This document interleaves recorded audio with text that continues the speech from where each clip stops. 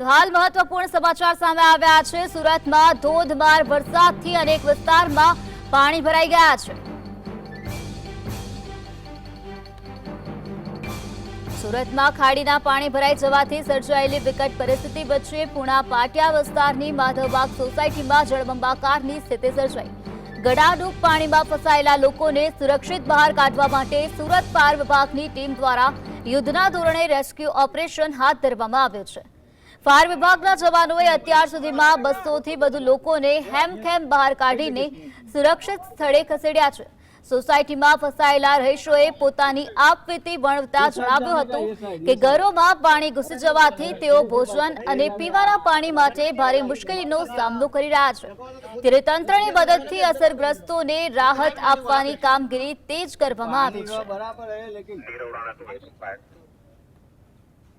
સુરત શહેરની અંદર અત્યારે ફાયર વિભાગની ટીમ દ્વારા રેસ્ક્યુ કરવાની કામગીરી કરવામાં આવી રહી છે। અત્યારે જોઈ શકાય છે અત્યારે જે અનેક લોકો જે છે તે પાણીમાં ફસાયા હતા અને તેમને અત્યારે રેસ્ક્યુ કરવાની કામગીરી જે છે તે કરવામાં આવી રહી છે।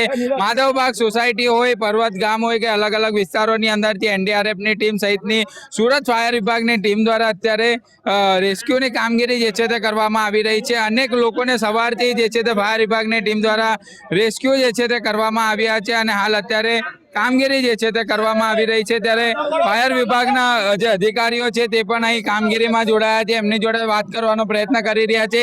સાહેબ, કઈ રીતની રેસ્ક્યુની કામગીરી કરવામાં આવી રહી છે? શું કહેશો, કેટલા લોકોને રેસ્ક્યુ કર્યા છે? અત્યારે ઓછામાં ઓછા 200 લોકોને રેસ્ક્યુ કરેલા છે। અત્યારે હાલ પોલારિસમાં રેસ્ક્યુ કરી રહેલા છીએ। બિલકુલ થી જોઈ શકાય છે અત્યારે ફાયર વિભાગની ટીમ દ્વારા અત્યારે રેસ્ક્યુ કરવાની કામગીરી જે છે તે કરવામાં આવી રહી છે। પોલારિસ જે સોસાયટી આવેલી છે ત્યાંથી અત્યારે ફાયર વિભાગની ટીમ દ્વારા રેસ્ક્યુની કામગીરી કરવામાં આવી છે। ફાયર વિભાગના અધિકારી જોડાયા છે। સાહેબ, કેટલા લોકોને સવારથી રેસ્ક્યુ કર્યા છે, શું કહેશો?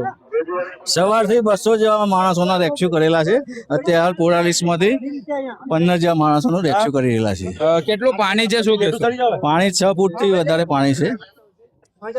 બિલકુલ થી 6 ફૂટથી વધારે પાણી જે છે તે હાલ જોવા મળી રહ્યું છે અને ફાયર વિભાગની ટીમ દ્વારા રેસ્ક્યુની કામગીરી જે છે કરવામાં આવી રહી છે અને જીએસટીવીની ટીમ અત્યારે બોટ મારફતે દ્રશ્યો બતાવી રહી છે। અનેક લોકોને રેસ્ક્યુ પણ કર્યા છે। સાહિદ જગતાપ, જીએસટીવી સુરત।